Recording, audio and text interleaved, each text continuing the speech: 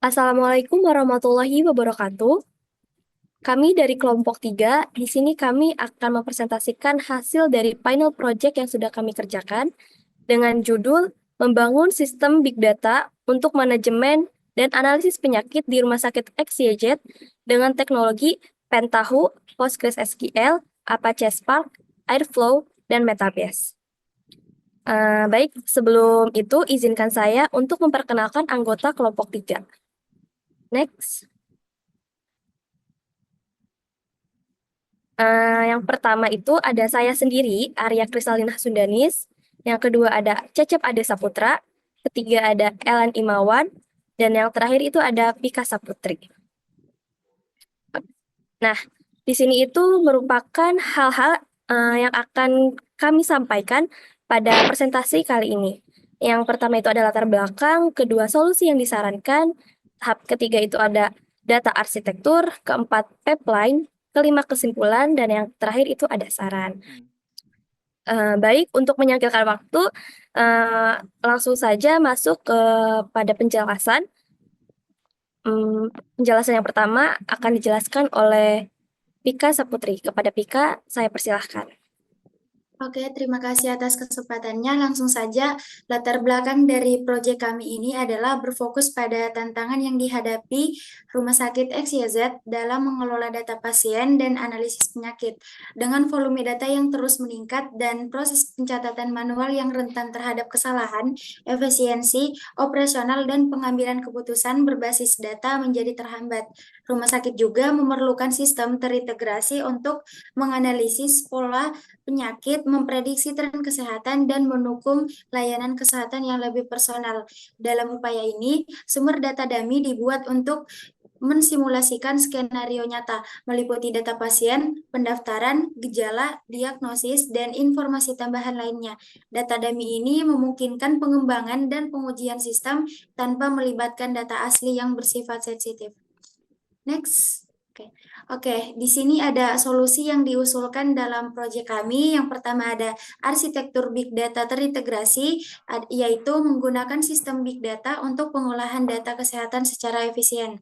Poin kedua adalah pipeline data efisien, yang dimana pengumpulan data menggunakan data dummy untuk simulasi proses nyata, pembersihan data dengan Pentaho, analisis dan dengan Spark, dan visualisasi interaktif menggunakan Metabase.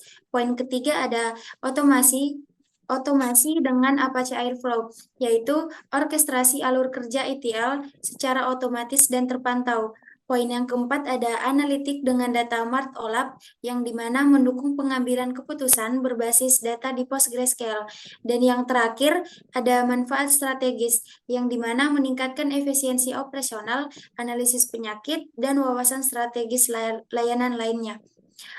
Oke, penjelasan selanjutnya akan dijelaskan oleh teman saya, yaitu Cecep Ade Saputra. Saya persilahkan.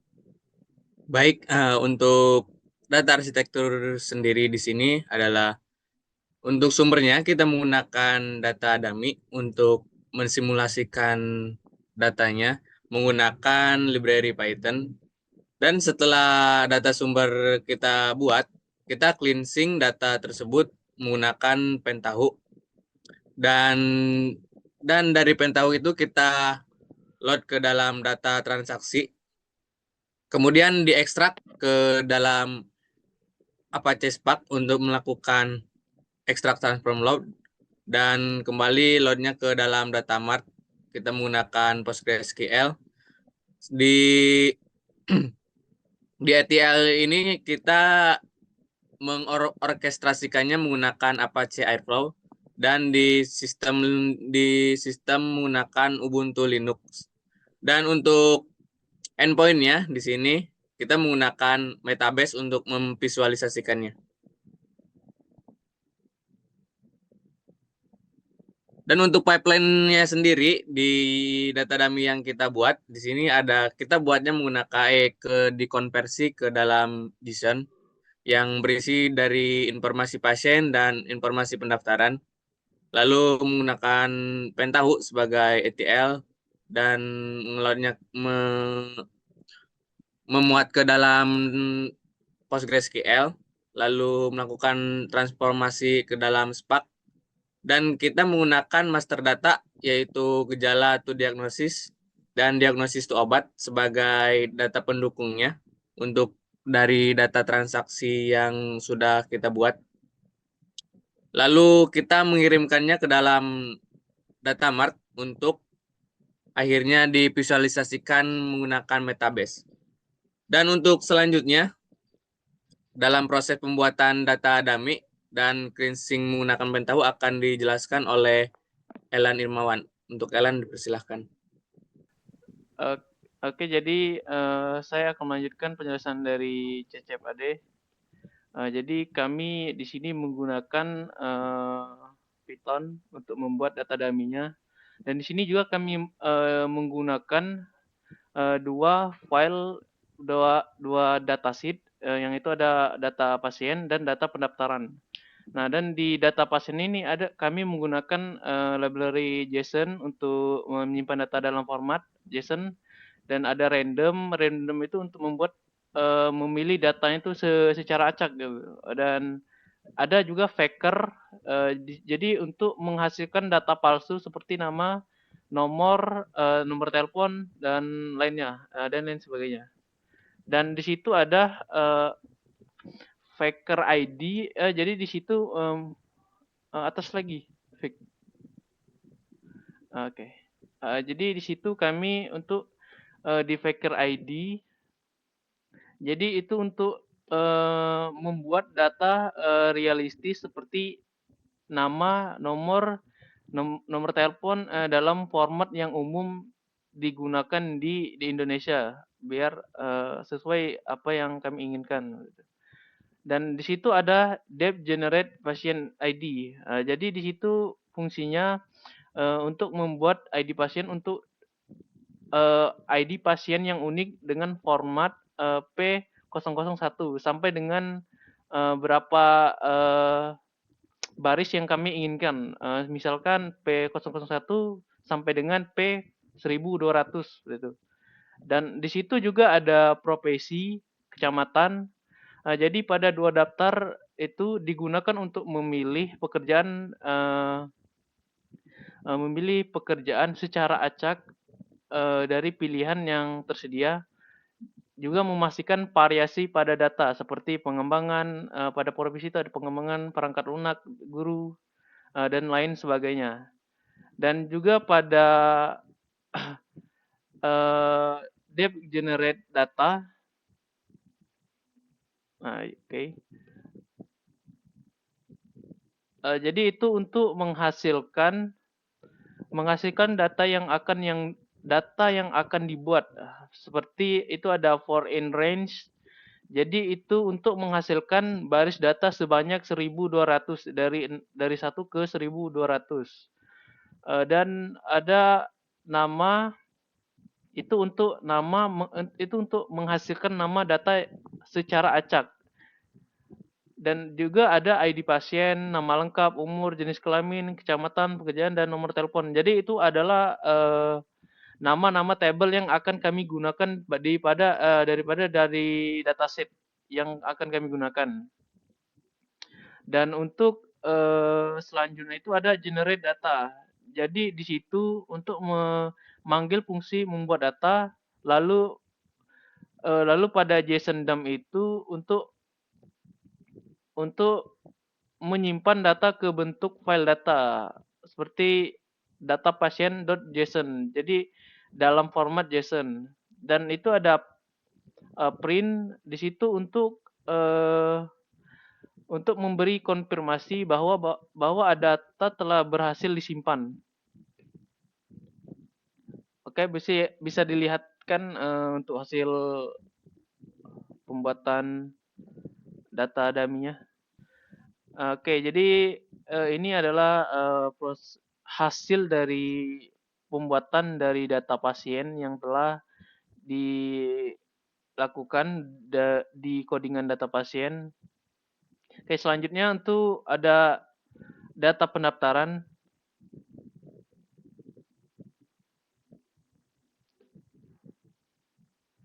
Oke, di data pendaftaran ini jadi kami beberapa ada yang sama kurang lebihnya. seperti generate pasien dan kayak library yang digunain dan import random itu sama seperti di data awal.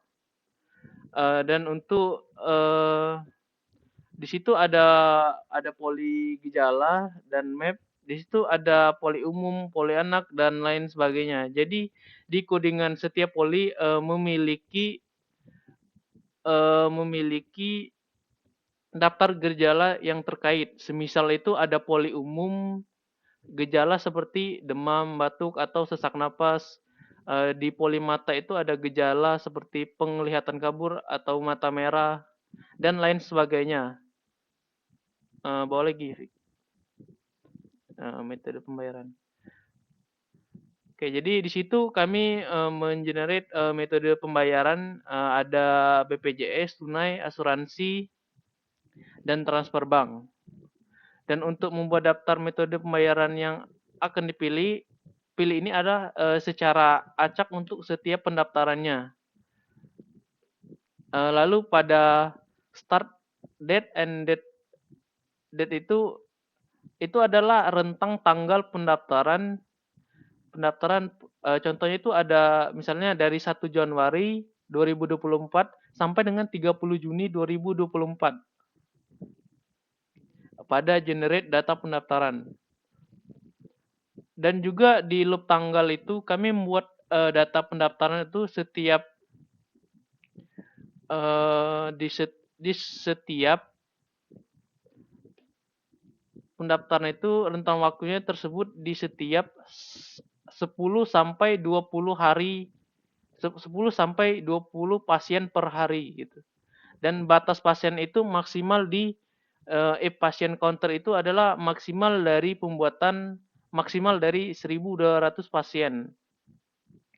Dan itu ada poli tujuan seperti itu. Jadi itu poli tujuan itu dipilih secara acak pada poli dan ada gejala, ada metode pembayaran, ada tanggal pendaftaran, ada tanggal pendaftaran, ada pendaftaran. Itu adalah ada gejala. Jadi itu adalah table-table yang akan digunakan pada data pendaftaran.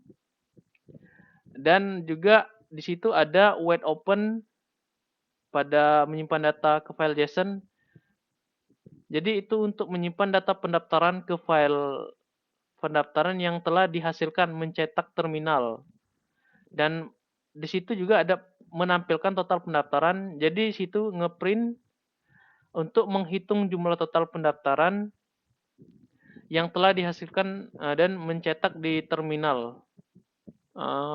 Mungkin bisa ditunjukkan hasilnya. Jadi ini adalah hasil dari pembuatan dari codingan kami pada data pendaftaran. Itu ada seperti pendaftaran ID, pasien ID, poli tujuan, metode pembayaran, tanggal, status pendaftaran, seperti itu. Jadi kami di sini menggunakan 2 dataset yang digunakan membuat melalui Piscode. Lalu data ini akan kami kelola pada Pentaho yang akan di cleansing. Boleh dibuka pada Pentaho-nya, Vic. Oke, di Pentaho ini kami melakukan cleansing.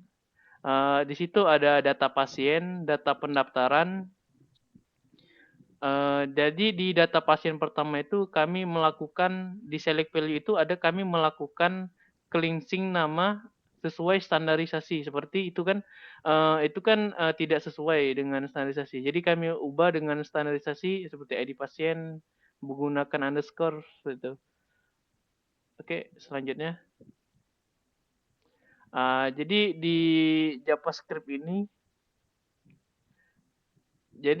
di JavaScript ini kami melakukan cleansing pada nomor karena memang di data kami ini nomor itu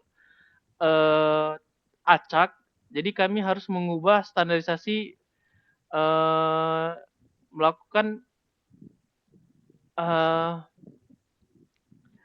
melakukan nomor agar lebih rapi, diawali dengan jadi di data table nomor itu acak, ada 0, ada ya acak. Jadi kami menggantinya dengan 62 agar terlihat rapi dan juga menghilangkan strip pada nomor-nomor yang kami cleansing. Lanjut.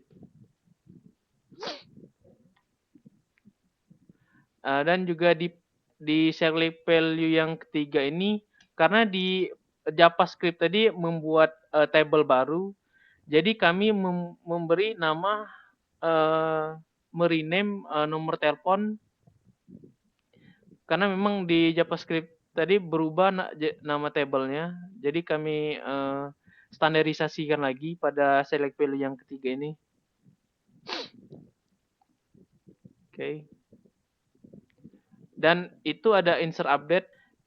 Jadi di insert update ini kami memasukkan table kami yang sudah table yang telah kami cleansing, lalu dimasukkan ke database pada ID pasien, juga pada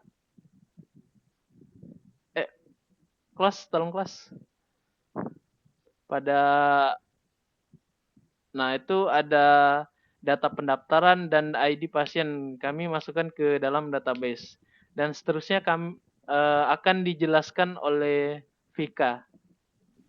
Oke, melanjutkan penjelasan dari Ellen Himawan yang sudah ingest data dan cleaning data di tools Pentaho. Selanjutnya di sini kami meload data transaksi ke dalam database yang mana nama database-nya itu Pentaho DB, bisa dilihat pada layar, dan untuk hasil dari load ke database itu ada data transaksi. Yang pertama ada ini, yang dimana berisi kolom ID pasien, nama lengkap, umur, jenis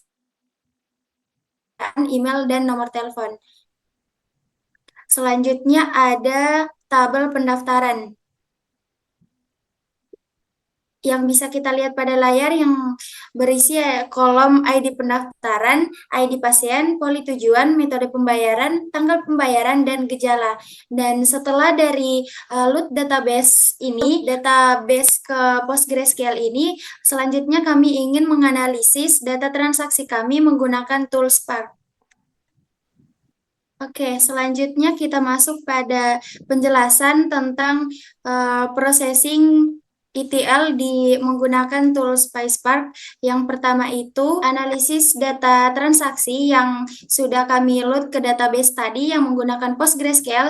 Selanjutnya kami menggunakan tools Apache Spark untuk ETL data transaksi, yang dimana ada dua modul utama dari PySpark, yaitu Spark Session dan Function yang disebut sebagai F untuk membantu manipulasi data. Dan Spark Session ini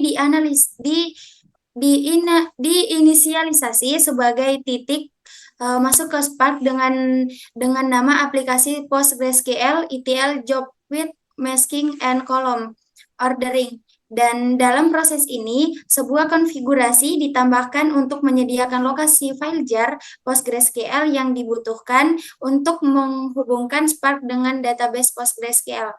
Kodenya bisa dilihat pada layar. Selanjutnya, kita mau koneksi ke PostgreSQL diatur melalui URL JDBC dan yang berisi informasi seperti alamat server, port, dan nama database. Dan nama database di sini kami menggunakan Pentaho DB, dan untuk detail autentifikasinya yaitu menggunakan username dan password dan dimasukkan ke dalam directory property. Dan selanjutnya kami menambahkan juga driver JDBC PostgreSQL dengan konfigurasi ini. Dan selanjutnya Spark siap untuk membaca atau menulis data dari database PostgreSQL. Oke.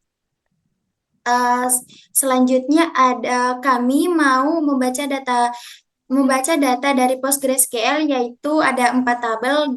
Yang pertama ada data pendaftaran, gejala to diagnosis, diagnosis to obat, dan data pasien.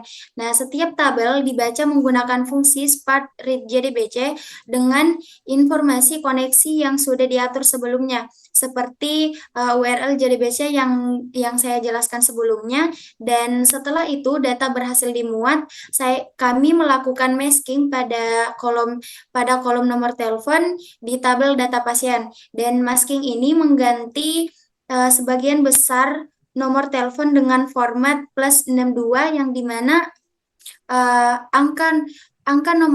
angka kedua dari awal ditampilkan dan selanjutnya diberi simbol bintang itu untuk menjaga privasi, dan 2 angka terakhir ditampilkan juga, dan di mana proses ini dilakukan menggunakan fungsi PySpark seperti fconcat dan fsubstring. Selanjutnya, pada bagian ini, kami ingin masking pada kolom email di dalam tabel pasien DF, dan masking ini bertujuan untuk menjaga privasi data pasien dengan hanya menampilkan 3 karakter pertama dari alamat email, diikuti dengan tanda bintang atau simbol @ Bisa dilihat pada layar formatnya seperti ini. Dan proses ini dilakukan menggunakan fungsi PySpark seperti fsubstring, dan untuk mengambil 3 karakter pertama menggunakan flit untuk menambahkan string masking, dan fsplit itu untuk memisahkan domain email berdasarkan tanda @. Dan setelah masking selesai, dilakukan proses join antara tabel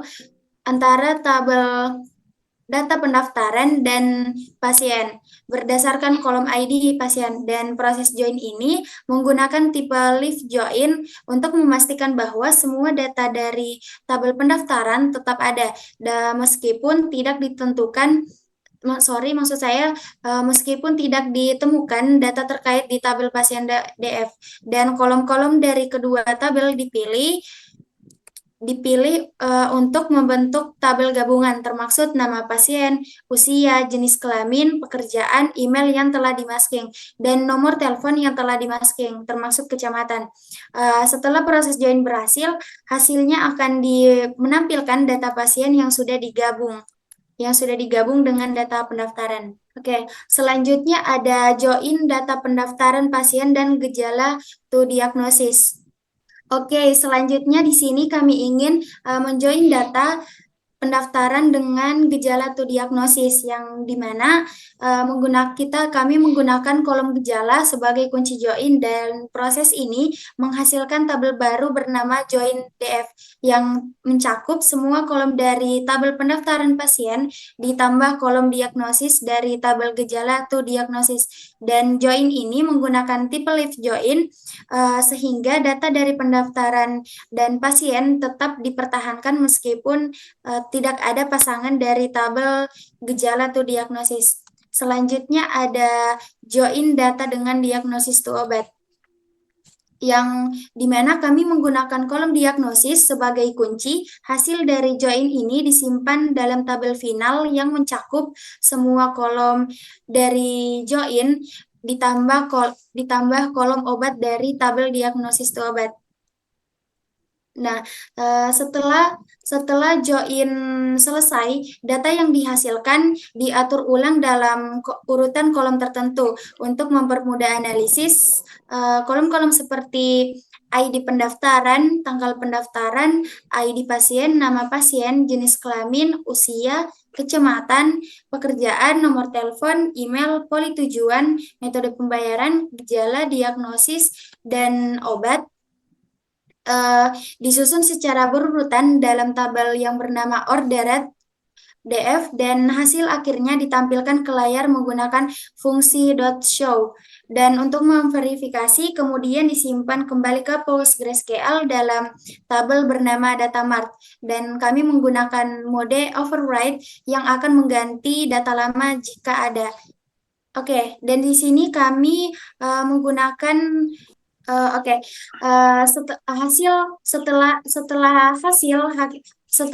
hasil akhirnya ditampilkan ke layar menggunakan fungsi .show untuk verifikasi, kemudian disimpan kembali kembali ke PostgreSQL dalam tabel bernama data mart menggunakan mode override yang akan mengganti data lama jika ada. Dan selanjutnya, jika terjadi kesalahan selama proses, pesan kesalahan akan ditampilkan dan akhirnya Spark Session ditutup untuk memastikan tidak ada sumber daya yang tertinggal. Di sini menggunakan ini spark.stop. Oke. Sebelum mengarah ke Airflow, kami akan menjalankan base comment Spark submit melalui lokal. Di sini kami ingin menjalankan Spark submit melalui lokal dengan cara masuk ke direktori Airflow dan DAX karena script dari PySpark Processing itu berada di direktori DAX. Dan selanjutnya perintah untuk di dalam WSL bisa dilihat pada layar seperti ini. Selanjutnya jika data berhasil dimuat dari PostgreSQL, pemberitahuan akan muncul seperti ini. Dan selanjutnya, join data pendaftaran dengan data pasien berhasil, dan join data pendaftaran pasien dengan gejala to diagnosis berhasil, dan yang terakhir, join data diagnosis dengan diagnosis to obat berhasil. Berarti semua proses analisis untuk nge-load ke database itu berhasil.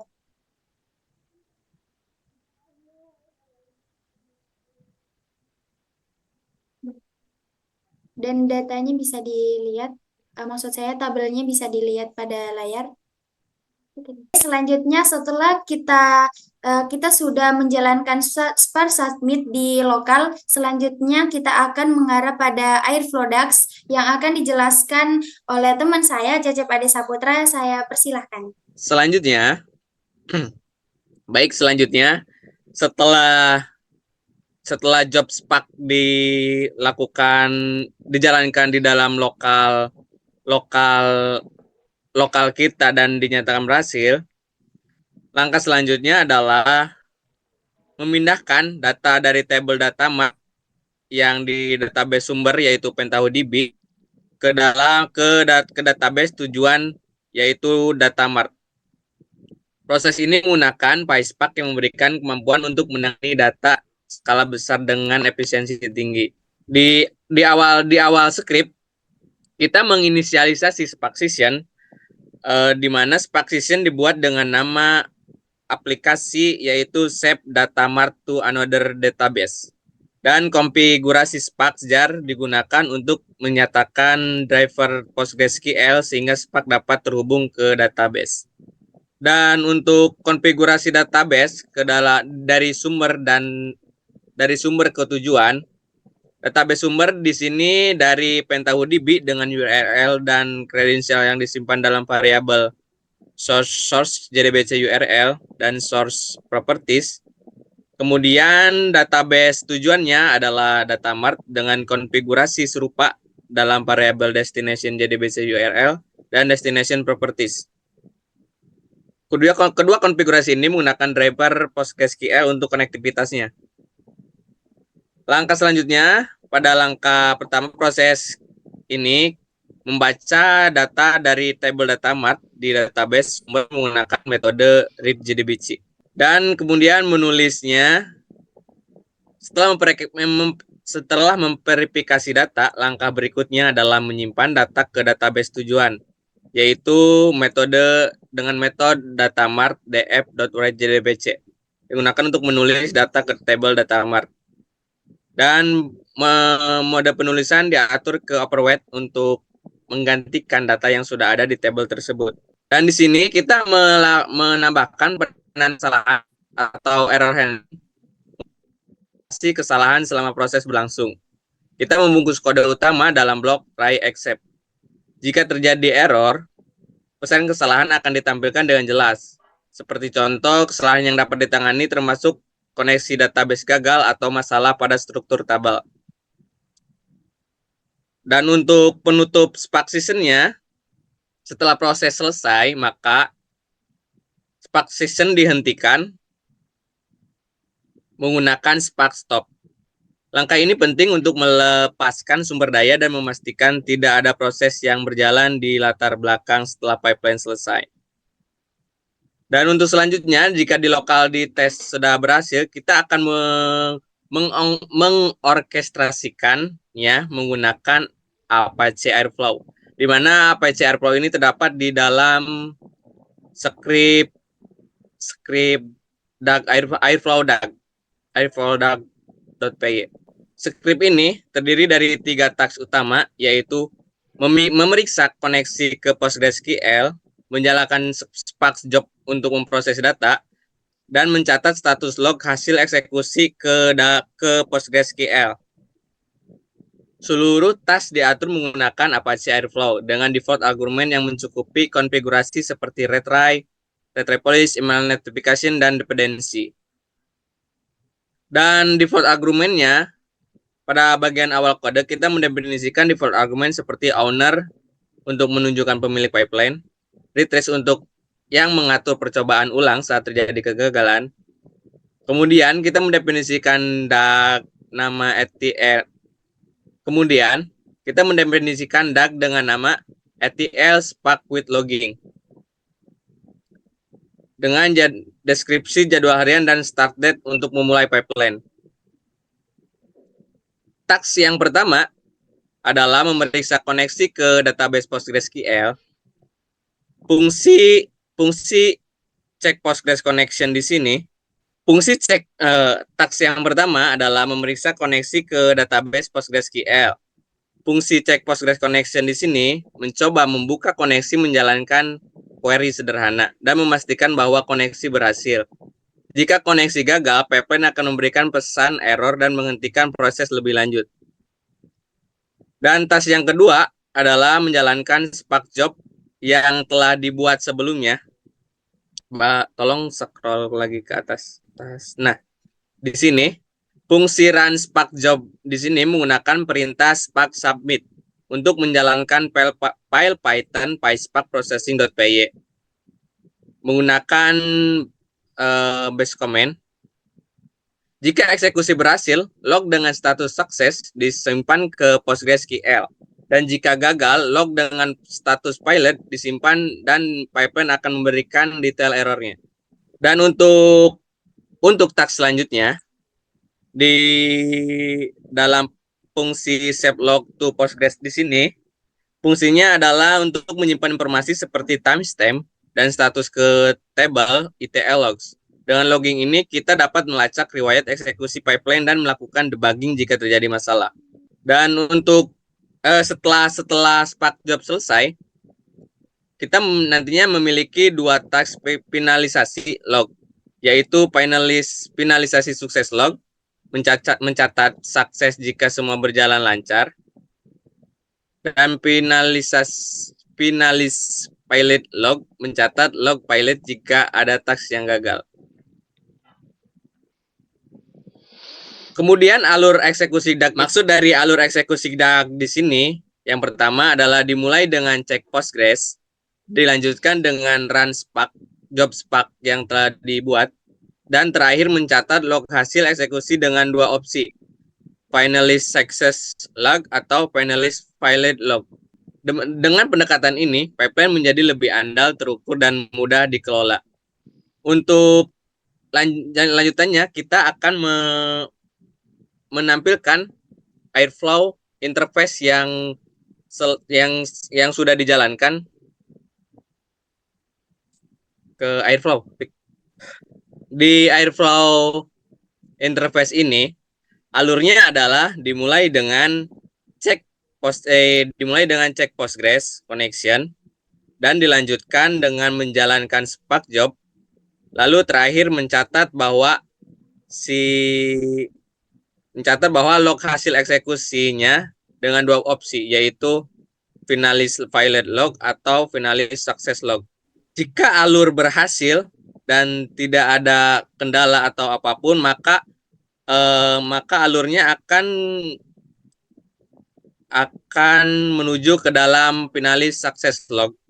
Dan jika ada konfigurasi yang salah atau tabel yang tidak sesuai, akan menuju ke dalam finalis pilot log. Nah, di sini jika alurnya berhasil, maka akan menuju ke dalam tabel yang kita sudah buat, yaitu tabel apa namanya, Jay? Nah, di sini hasilnya adalah menunjukkan bahwa sepak job yang kita tes ke dalam lokal sebelumnya berhasil, dan di sini akan memuatnya ke dalam Postgres database PostgreSQL dengan tabel ETL logs. Bisa diperlihatkan di tabel ETL logs-nya. Nah, baik, di sini hasilnya selain kita mengorkestrasi data yang kita analis menggunakan Apache Airflow, di sini juga kita menambahkan DAX untuk memonitoring logs, apakah log itu sukses atau failed dengan tabel ETL logs, di mana isi tabel di sini ada ID result, that time di mana task itu dijalankan, dan statusnya yaitu sukses atau failed.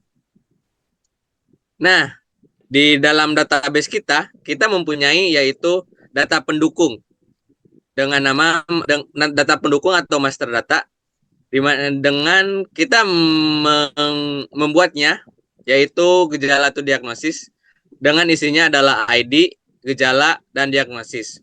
Dan kita menambahkan data pendukung itu dengan menggunakan insert into. Selain gejala atau diagnosis, kita juga mempunyai data pendukung lainnya, yaitu adalah diagnosis to obat. Dengan isinya adalah ada ID dan diagnosis dan obat. Kita menambahkannya dengan insert into.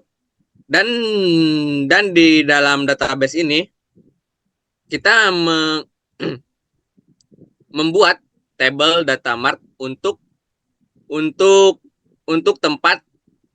tempat di mana hasil transformasi yang kita lakukan di dalam Apache Spark nantinya akan disimpan ke dalam tabel ini. Bisa dilihat di sini ada tabel dengan isi ID pendaftaran, poli tujuan, dan masih banyak lagi informasi lainnya. Setelah kita memiliki data finalnya, kita akan memvisualisasikannya menggunakan Metabase. Nah, untuk penjelasan visualisasi menggunakan Metabase akan dijelaskan lebih lanjut oleh Arya Kristalak Sundanis. Untuk Arya, dipersilahkan. Baik, terima kasih kepada Cecep. Oke, untuk selanjutnya, di sini pada tahap terakhir itu ada visualisasi, yang mana kami memvisualisasikan hasil dari analisis yang telah kami lakukan. Nah, yang pertama itu di sini kami menganalisis demografi pasien berdasarkan jenis kelamin. Oke, untuk analisis yang pertama itu ada analisis demografi pasien berdasarkan jenis kelamin. Nah, dari total 1.200 pasien, ternyata hasilnya menunjukkan pasien laki-laki itu ada di angka 49,3% dan perempuan ada di angka 50,8%. Yang mana hasilnya itu nggak terlalu signifikan karena selisihnya hanya 1,5%. Nah, hal ini menunjukkan penyakit atau diagnosis yang dianalisis kemungkinan tidak spesifik pada jenis kelamin tertentu. Oke, untuk selanjutnya itu untuk analisis yang kedua itu ada analisis diagnosis yang paling sering muncul. Nah, pada grafik bisa dilihat ada sekitar 7 diagnosis yang memiliki nilai tertinggi di antara diagnosis yang lain. Di antaranya itu ada diagnosis dermatitis kontak, diare akut, ada endometriosis, ada infeksi saluran pernapasan atau ISPA, ada konjungtivitas atau mata merah, ada penyakit jantung koroner, dan periodontitis atau infeksi gusi. Nah, angka yang mereka capai itu atau angka yang Ya, angka diagnosis itu mencapai 54,6. Nah, diagnosis dengan frekuensi tinggi itu perlu menjadi perhatian khusus karena mungkin ke depannya itu akan menjadi penyakit atau masalah kesehatan yang dominan di antara pasien. Nah, diagnosis ini bisa menjadi prioritas untuk penelitian lebih lanjut atau intervensi medis. Oke, selanjutnya ada diagnosis jumlah pasien berdasarkan kecamatan. Dilihat dari hasil visualisasi. Nah, dari total 32 kecamatan, ada 12 kecamatan dengan ada 12 kecamatan dengan jumlah kunjungan yang memiliki persentase tertinggi. Nah, ada juga kecamatan yang memiliki persentase tertinggi di antara tertingginya gitu, di antara yang lainnya, yaitu ada kecamatan Cipicung dengan persentase 4,8. Hal ini menunjukkan bahwa kecamatan Cipicung itu bisa dikatakan menjadi penyumbang penyakit pada pasien itu terbanyak. Ya. Oke, selanjutnya ada visualisasi frekuensi gejala.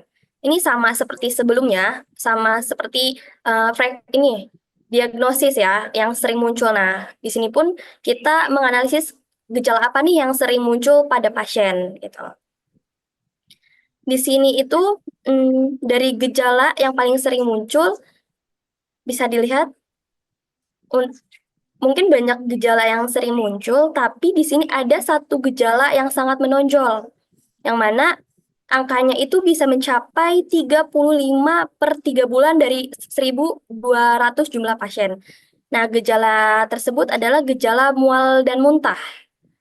Nah, gejala yang paling sering ini perlu diperhatikan lebih lanjut karena bisa menjadi gejala utama dari diagnosis atau penyakit tertentu.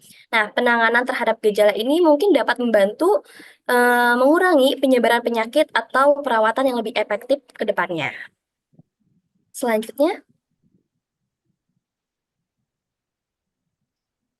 ada analisis metode pembayaran yang paling sering digunakan. Oke, pada tampilan di sini ada 4 metode pembayaran, yaitu ada asuransi swasta, BPJS, transfer bank, dan tunai. Nah, dari keempat pembayaran tersebut, asuransi swasta menjadi metode yang paling banyak digunakan, mencapai angka 28%. BPJS dan tunai memiliki porsi yang sama, yaitu di angka 25%, dan transfer bank menempati posisi terkecil, yaitu di angka 23, maksudnya di angka 23%, namun tetap signifikan, jadi perbedaannya nggak terlalu banyak, nggak terlalu jauh. Oke, selanjutnya ada analisis jumlah pasien berdasarkan poli tujuan. Sama seperti sebelumnya, jadi di sini kita menganalisis kira-kira poli mana nih yang paling sering dikunjungi oleh pasien. Nah, dari 8 poli yang ada, jumlah pasien relatif seimbang, namun ada beberapa poli yang lebih sering dikunjungi oleh pasien, yaitu ada poli kulit, poli saraf, dan poli gigi. Nah, poli tersebut memiliki jumlah pasien sekitar 150 pasien, sedangkan poli yang lainnya itu memiliki jumlah pasien yang lebih rendah, namun cukup merata, yaitu sekitar 120-an pasien. Nah, hal ini menunjukkan adanya kebutuhan layanan kesehatan tertentu yang lebih banyak dikunjungi oleh pasien, sehingga bisa menjadi fokus peningkatan layanan karena banyaknya maksudnya karena banyaknya permintaan di bidang tersebut. Karena jadi lebih banyak poli yang dikunjungi, mungkin layanannya itu lebih dibagusin lagi ya, lebih ditingkatkan lagi ya, dari analisis ini nih.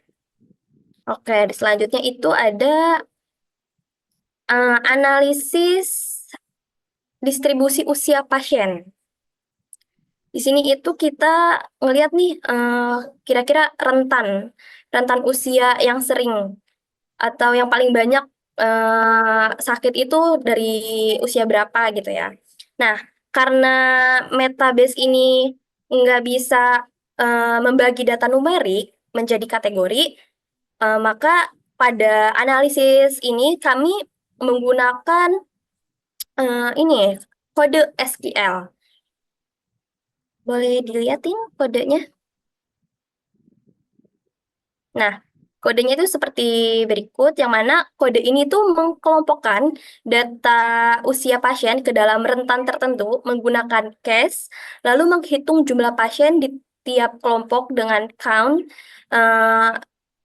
dan hasilnya itu dikelompokkan lagi dengan group by dan diurutkan dengan order by dan menghasilkan tabel jumlah pasien per kelompok usia untuk visualisasi.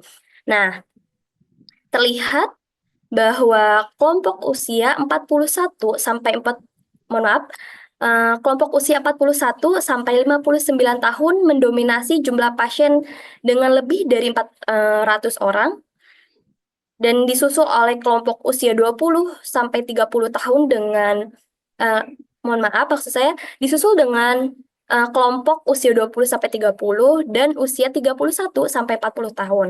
Nah, masing-masing ini berada di kisaran 300-an pasien. Nah, sementara itu pasien dengan usia 60 tahun ke atas memiliki jumlah paling sedikit, sekitar 150 pasien. Nah, hal ini menunjukkan bahwa kelompok usia produktif 41 sampai 59 tahun itu cenderung rentan terhadap penyakit tertentu dan lebih rutin memeriksakan kesehatan mereka dibandingkan kelompok usia lainnya. Seperti itu. Oke, yang terakhir itu ada visualisasi tren kunjungan berdasarkan waktu. Nah, di sini kami menganalisis tren kunjungan pasien berdasarkan waktu pendaftaran dari Januari 2024 hingga Maret 2024, yang menunjukkan polanya ini stabil, nggak ada yang signifikan banget, dengan jumlah pasien per bulan berkisar antara 80 hingga 100 orang, tidak terlihat adanya lonjakan atau penurunan yang terlalu signifikan selama periode tersebut. Nah, meskipun terdapat sedikit variasi antara waktu pendaftaran. Nah, hal ini mencerminkan bahwa layanan kesehatan digunakan secara merata setiap bulannya dan tidak dipengaruhi oleh faktor musiman atau kondisi tertentu. Oke, selanjutnya itu ada data governance. Nah, pada data governance ini kami melakukan masking terhadap nomor telepon dan email pasien. Pada masking nomor telepon itu kami menggunakan kode, boleh ke codingan? Oke, pada kode masking terhadap nomor telepon itu seperti di Viscode, yang mana kami menggunakan f.lead dan menambahkan string 62 itu untuk memunculkan plus 62 di awal hasil masking, dan substring nomor telepon itu kami mengambil 2 digit terakhir dari kolom nomor telepon. Nah, itu mengambilnya dari belakang. Nah, untuk masking email nggak jauh beda, kodenya sama yang nomor telepon. Nah, pada f-lead-nya di situ kami menambahkan string bintang, yang mana nanti hasilnya itu menunjukkan bintang-bintang yang sebagai penanda data yang disembunyikan. Lalu pada f.lead juga kami menambahkan add, untuk menambahkan add, simbol add.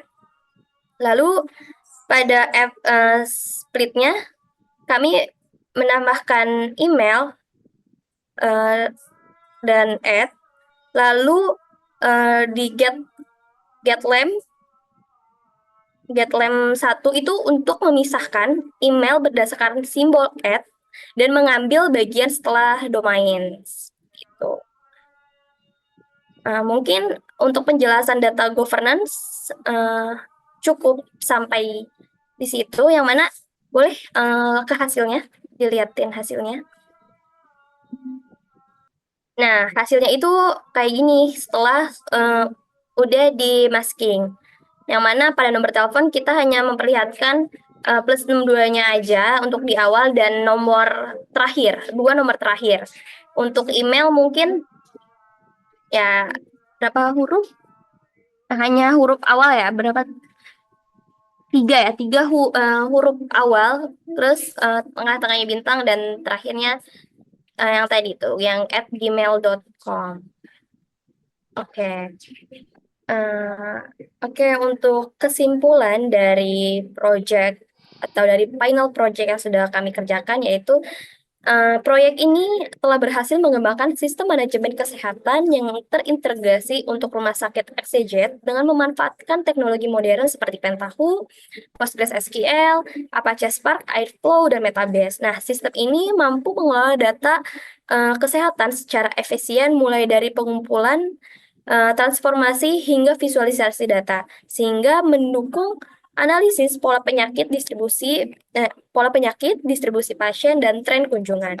Dan hasil implementasi menunjukkan peningkatan signifikan dalam efisiensi operasional, akurasi analisis, serta pengambilan keputusan berbasis data, berbasis data. Nah, visualisasi yang dihasilkan memberikan wawasan yang mendalam seperti identifikasi gejala dominan, diagnosis yang sering muncul, dan distribusi pasien berdasarkan poli tujuan maupun metode pembayaran. Nah, sistem ini tidak hanya memberikan manfaat operasional bagi rumah sakit, tetapi juga menjadi fondasi untuk pengembangan lebih lanjut dan pengelolaan layanan kesehatan berbasis data. Untuk saran itu lebih meningkatkan manfaat dari sistem ini, disarankan agar rumah sakit XYZ mengimplementasikan langkah-langkah keamanan data tambahan seperti enkripsi informasi sensitif dan mekanisme audit trail guna memastikan kepatuhan terhadap regulasi perlindungan data pribadi. Nah, selain itu, pelatihan bagi staf rumah sakit perlu dilakukan agar sistem dapat dimanfaatkan secara maksimal, termasuk panduan interpretasi laporan visual menggunakan Metabase. Nah, pengembangan lebih lanjut juga dapat dilakukan dengan menambahkan modul prediksi berbasis machine learning untuk analisis tren penyakit di masa depan, serta integrasi dengan perangkat IoT kesehatan untuk mengumpulkan data secara real time. Nah, evaluasi rutin terhadap kinerja sistem perlu dilakukan juga untuk memastikan kecepatan dan keakuratan analisis analisis tetap optimal. Nah, dengan menggunakan masukan dari pengguna sebagai bahan perbaikan, akhirnya sistem ini dapat diperluas dan mengintegrasikan data eksternal dan menjadi model implementasi serupa bagi rumah sakit lainnya. Oke, mungkin sekian dari kelompok 3. Mohon maaf atas kekurangan kami. Wassalamualaikum warahmatullahi wabarakatuh.